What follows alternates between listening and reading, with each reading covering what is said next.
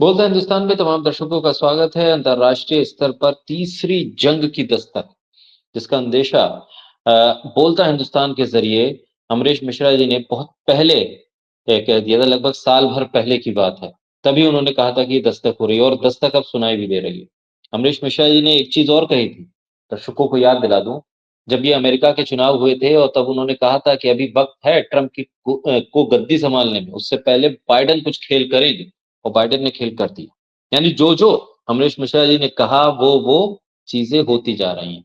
हालात क्या कुछ हैं रशिया और यूक्रेन के, जो मोर्चा खुला हुआ है वहां पर हिजबुल्लाह हमास क्या कर रहे हैं, और साथ ही इस पूरे घटनाक्रम के बीच में यूएन में जो कुछ हुआ उसके मायने क्या है, हम चर्चा करेंगे अमरीश जी के साथ। अमरीश जी, स्वागत है आपका। धन्यवाद धन्यवाद।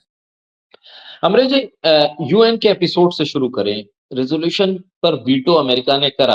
अमेरिका का पहली बार नहीं है वीटो करना, लेकिन इस वक्त में कितना महत्वपूर्ण हो जाता है ये, इस वीटो को हम किस तरह से देखें, जबकि ट्रंप आ रहे हैं और कह रहे हैं कि हम जंग होने नहीं देंगे, और फिर वो इजराइल के सपोर्ट में अमेरिका की तरफ से वीटो हो जाना और पूरी पूरी दुनिया का लताड़ लगाना अमेरिका को वहीं पर उसी फोरम से।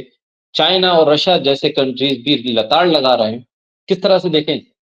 देखिए, ये तो यूएस का एक कंसिस्टेंट अप्रोच रहा है कि वो किसी भी सीज फायर के रेजोल्यूशन को जो यूनाइटेड नेशन सिक्योरिटी काउंसिल में आएगा तो उसको वो वीटो कर देगा। उसमें देखिए 5 परमानेंट मेंबर होते हैं, जिसमें Russia, England, America, England, France, Russia, China, ये 5 परमानेंट है। और 10 जो होते हैं वो इलेक्टेड होते हैं 2 सालों के लिए। पहले भारत भी था, आज भारत नहीं है। 10 देशों में अल्जीरिया और तमाम और दूसरे देश है। तो अभी क्या है कि इसमें देखिए 14:1। इंपॉर्टेंट चीज ये है कि केवल अमेरिका ने इस रेजोल्यूशन के खिलाफ कि गाजा में सीज फायर हो और होस्टेजेस छोड़े जाएं, ये भी था उसमें।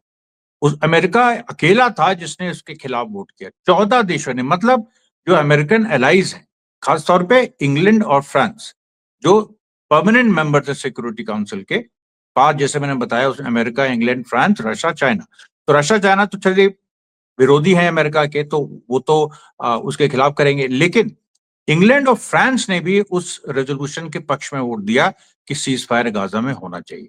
फिर भी अमेरिका ने विरोध। ये देखिए, ये पूरी तरह से, अगर ये ट्रंप ना जीता होता या कोई भी ऐसी और स्थिति होती तो शायद इसका दूसरा अप्रोच होता। लेकिन बाइडेन इस समय अपने सबसे खतरनाक अवतार में, मुझको मतलब जिसके सामने ड्रैकुला फेल है, इस तरीके के अवतार में, ये जो, और ये सबसे चौंका देने वाली बात है कि ये लोग अपने को लिबरल कहते थे और ट्रंप को राइट विंग और एंटी इस्लामिक और इस्लामोफोबिक कहते थे।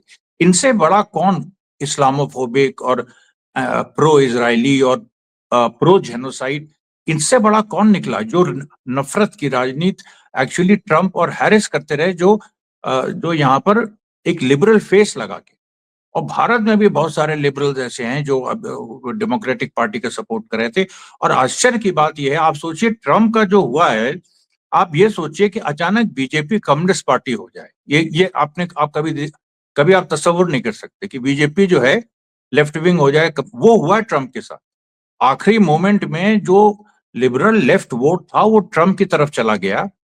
और ट्रम्प के अंदर जो पूरा माहौल बन गया वो ये बन गया कि अमेरिका को और युद्ध में और युद्धों में झोंका नहीं जाना चाहिए। American resources, billions of dollar पैसा छाप छाप के अमेरिकन इकोनॉमी इतनी डेट में है, मतलब 33 लाख करोड़, जिसका जिसपे लोगों का कहना है कि कई आप छोटे देशों के जीडीपी से ज्यादा 33 लाख करोड़, ये अमेरिकन डेप्ट है।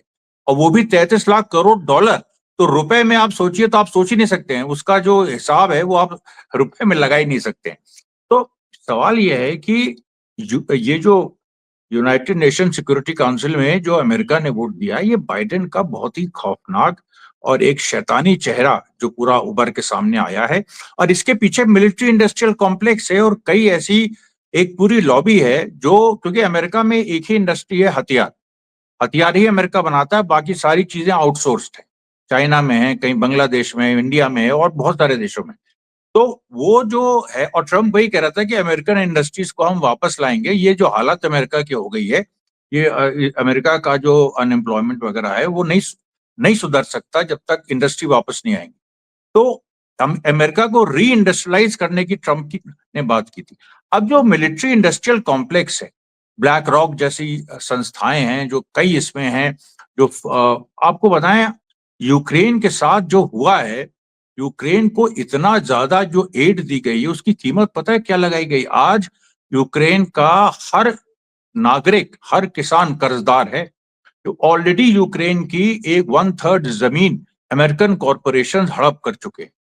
ये शर्त, ये देखिए, ये जो बाहर से दिखता है कि ये रशिया का विरोध करने के लिए यूक्रेन की हेल्प कर, यूक्रेन को बिल्कुल पंगु बना दिया, नंगा कर दिया।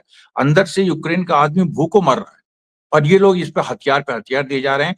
और यहीं पर देखिए वो जो पॉइंट मैं लाना चाहूंगा यूक्रेन और रशिया वाला, और ये देखिए गाजा से कैसे जुड़ा है और पूरी जो लड़ाई लेबनान में चल रही है उससे कैसे जुड़ा है, ये भी मैं बताऊंगा। कि जो सबसे पहले देखिए जो अभी जो मौजूदा हालात है, यूक्रेन ने 2 सुपरसोनिक मिसाइल से स्ट्राइक किया रशिया को।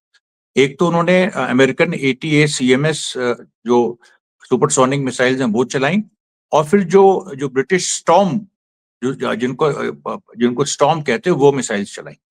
रशिया ने कहा था कि अगर सुपरसोनिक मिसाइल्स हम पे छोड़ी गई तो हम फिर हाइपरसोनिक मिसाइल्स छोड़ेंगे और न्यूक्लियर अटैक भी कर देंगे। और रशिया ने अपनी न्यूक्लियर डॉक्ट्रिन बदली। हर देश की देखिए, जो न्यूक्लियर देश है, भारत भी है, उसकी एक डॉक्ट्रिन होती है कि किन परिस्थितियों में हम अपने न्यूक्लियर हथियार का इस्तेमाल करेंगे।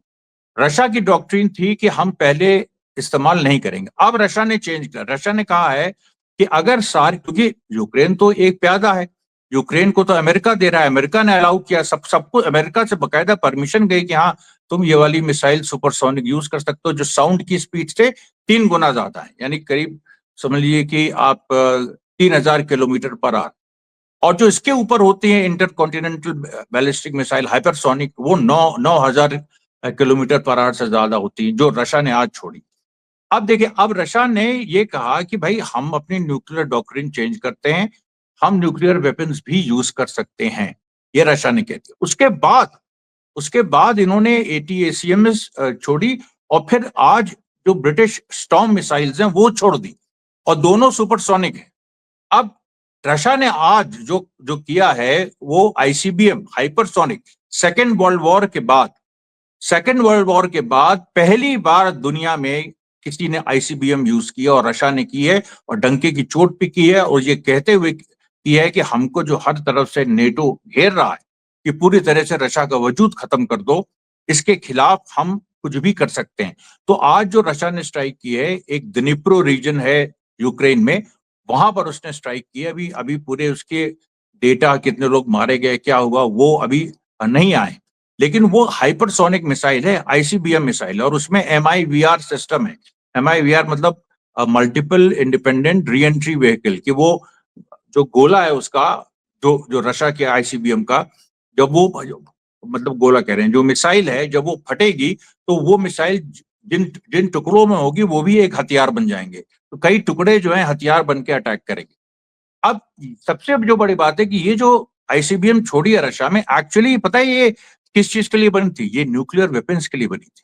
तो रशिया ने अभी इस बार न्यूक्लियर वेपन यूज नहीं किया, अभी एक कन्वेंशनल वॉरहेड यूज किया है, लेकिन रशिया ने मैसेज दिया है कि देखो ये जो हथियार हमने बनाया था ये न्यूक्लियर वॉरहेड के लिए था, और इसको हमने कन्वेंशनल उससे हमने छोड़ा है, अगली बार इससे हम न्यूक्लियर भी छोड़ सकते हैं, और उसके बाद यूक्रेन में कुछ नहीं बचेगा। और केवल यूक्रेन को ये रशिया का मैसेज नहीं है, रशिया का मैसेज इंग्लैंड को, फ्रांस को, जर्मनी को भी है, क्योंकि ICBM जो रशिया ने छोड़ी है, जो यूक्रेन को अभी तक अमेरिका ने नहीं दी है, ICBM जो रशिया के पास है वो 9000 से लेके 25,000 किलोमीटर पर आवर से वो फ्रांस में स्ट्राइक कर सकती है, इंग्लैंड में स्ट्राइक कर सकती है, विद इन मिनट्स पूरा का पूरा उड़ा सकती है यूरोप।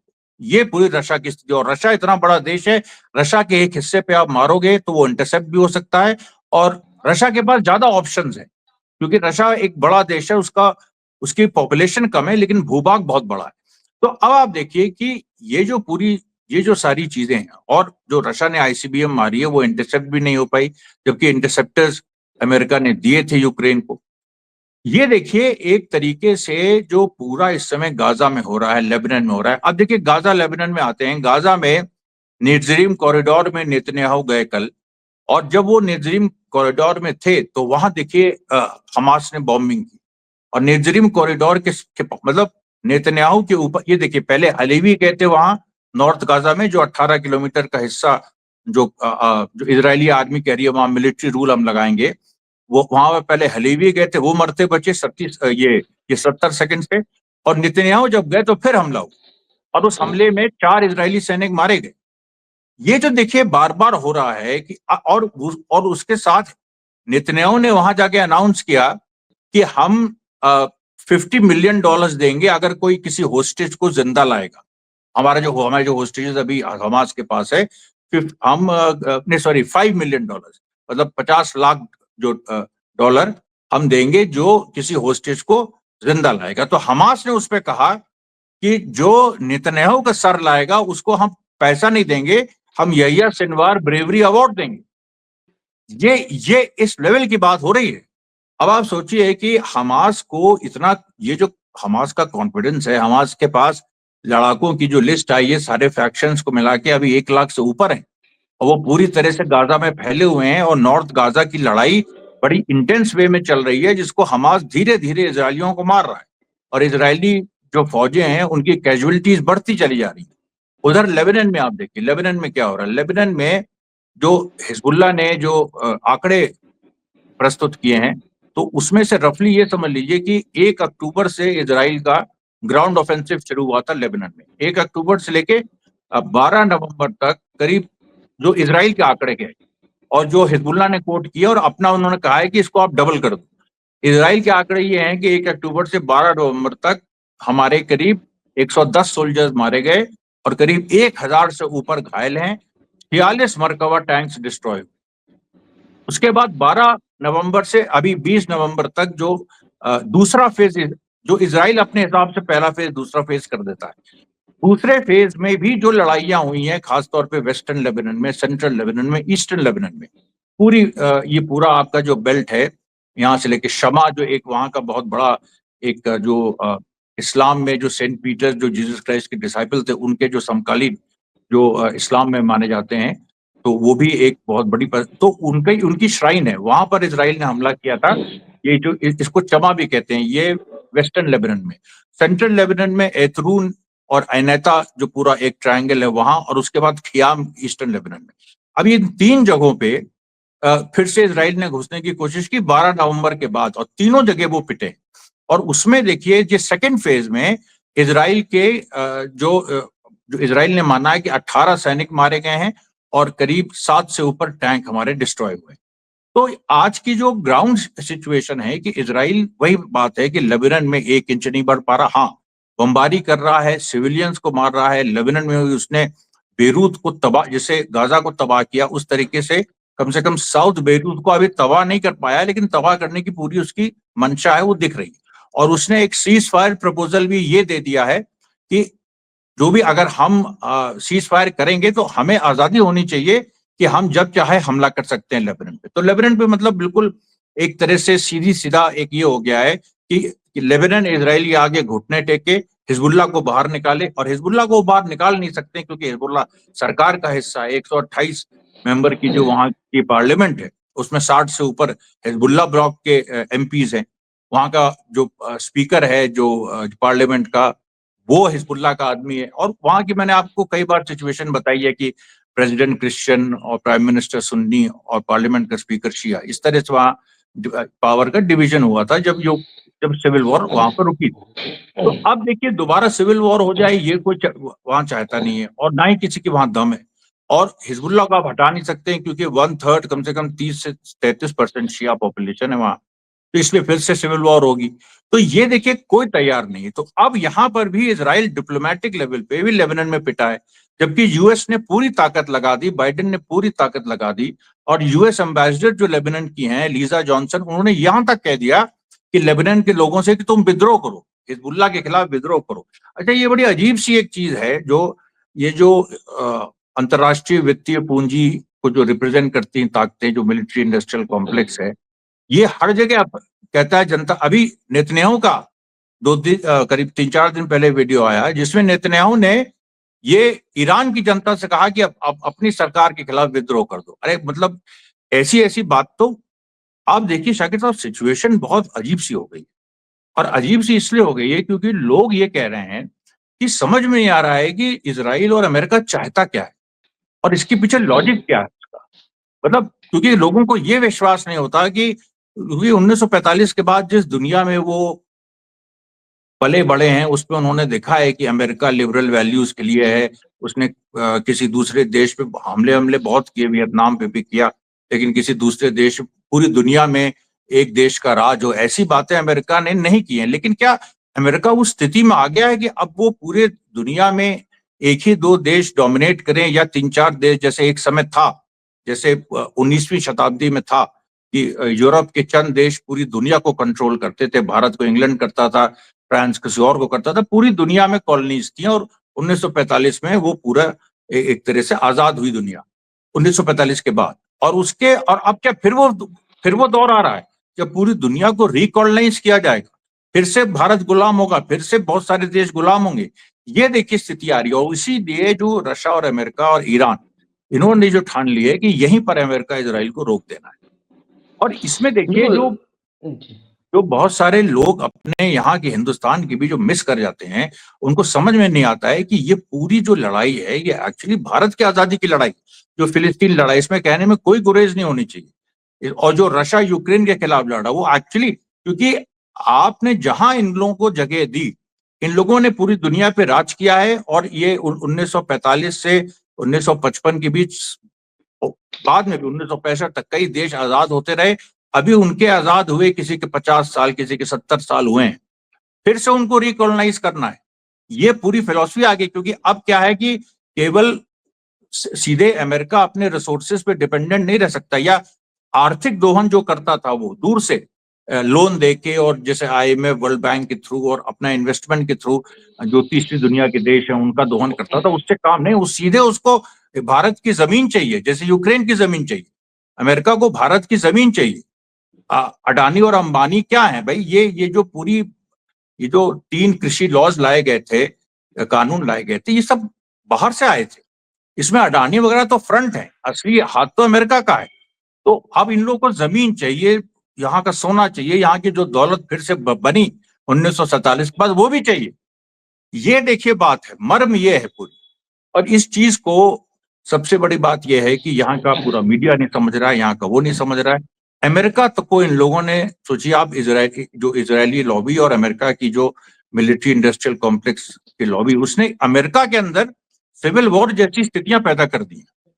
और क्योंकि ट्रंप जीत गया है, जनता ने उस ट्रंप को जिताया और एक एंटी वॉर एजेंडे पे जिताया। और आपको पता है एक बात, ट्विटर पे, एक्स पे, जब बाइडेन ने परमिशन दी अभी 19 नवंबर को यूक्रेन को कि तुम सुपरसोनिक मिसाइल रशिया पे छोड़ सकते हो, उसमें ट्विटर में 1000 से ज्यादा, 2000, 5000, पता नहीं, मतलब 1 लाख तक ऐसे ट्वीट्स आए, ऐसे पोस्ट्स आए जिसमें अमेरिकन कह रहे हैं रशिया से कि हम लोग नहीं हैं ये बाइडेन के साथ, हमने ट्रंप को वोट दिया, लेकिन हम क्या करें, 20 जनवरी के पहले कोई कुछ कर नहीं सकता है ये।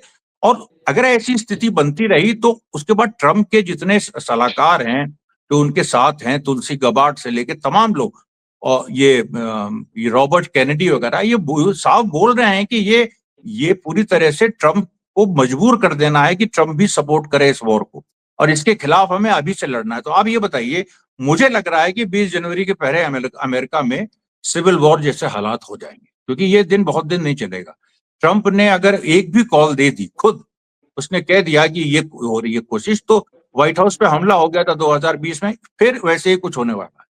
क्योंकि अभी जो पूरी जो स्थितियां हैं उसमें जिस तरह से ट्रंप को ये लोग मार्जिनलाइज करने में लगे हैं कि वो या तो शपथ ना ले, और शपथ ले तो फिर उन्हीं के एजेंडे पे चले, ये कैसे संभव है?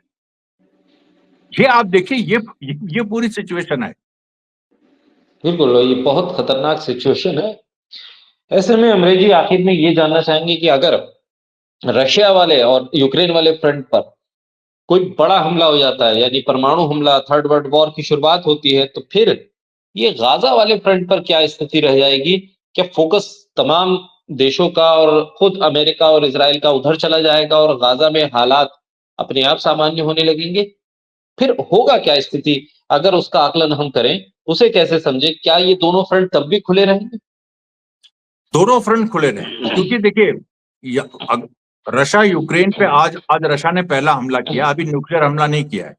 उसके बाद न्यूक्लियर हमला वो कर सकता है, क्योंकि अभी अगर उसको अलग अलग यूरोपियन देशों ने यूक्रेन के माध्यम से फिर से हमला करने की कोशिश की। जर्मनी ने तो यहां तक कह दिया कि हम अपने सॉइल से रशिया पे हमला कर देंगे, तो करके देखे उसको, भाई उसके उसके कॉन्सिक्वेंसेस जर्मनी झेलेगा।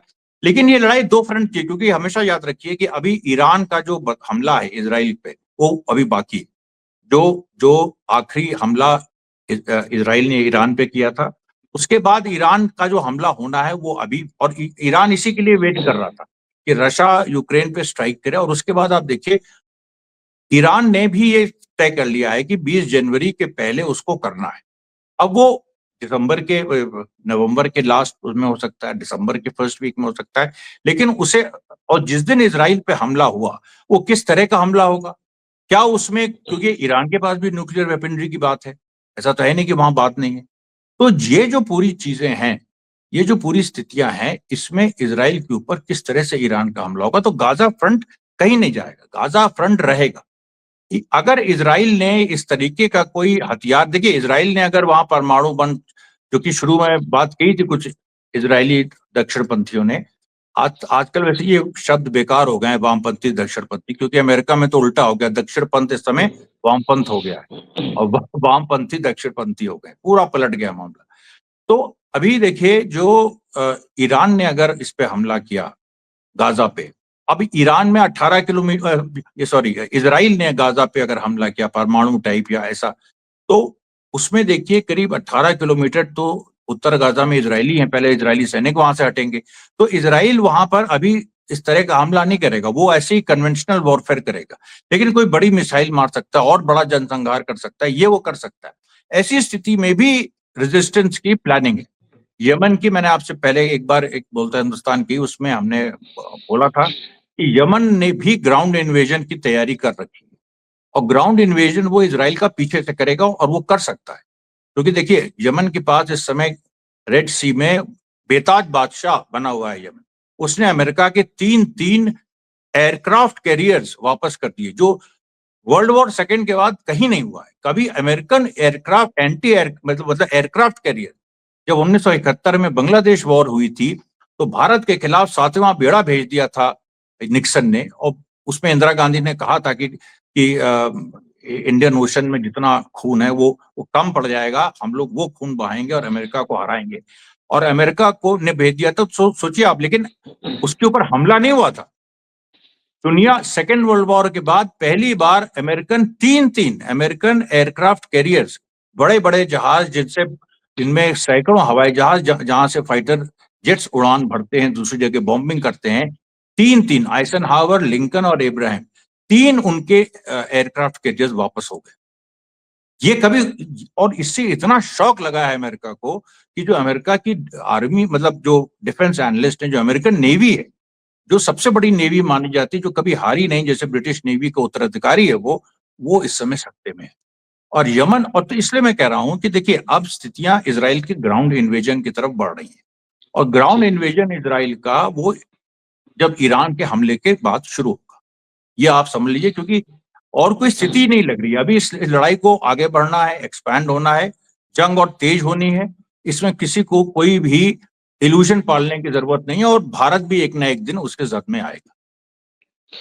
बहुत शुक्रिया अमरीश जी, बोलते हैं हिंदुस्तान को समय देने के लिए, हमारे साथ चर्चा करने के लिए बहुत शुक्रिया। बहुत बहुत धन्यवाद।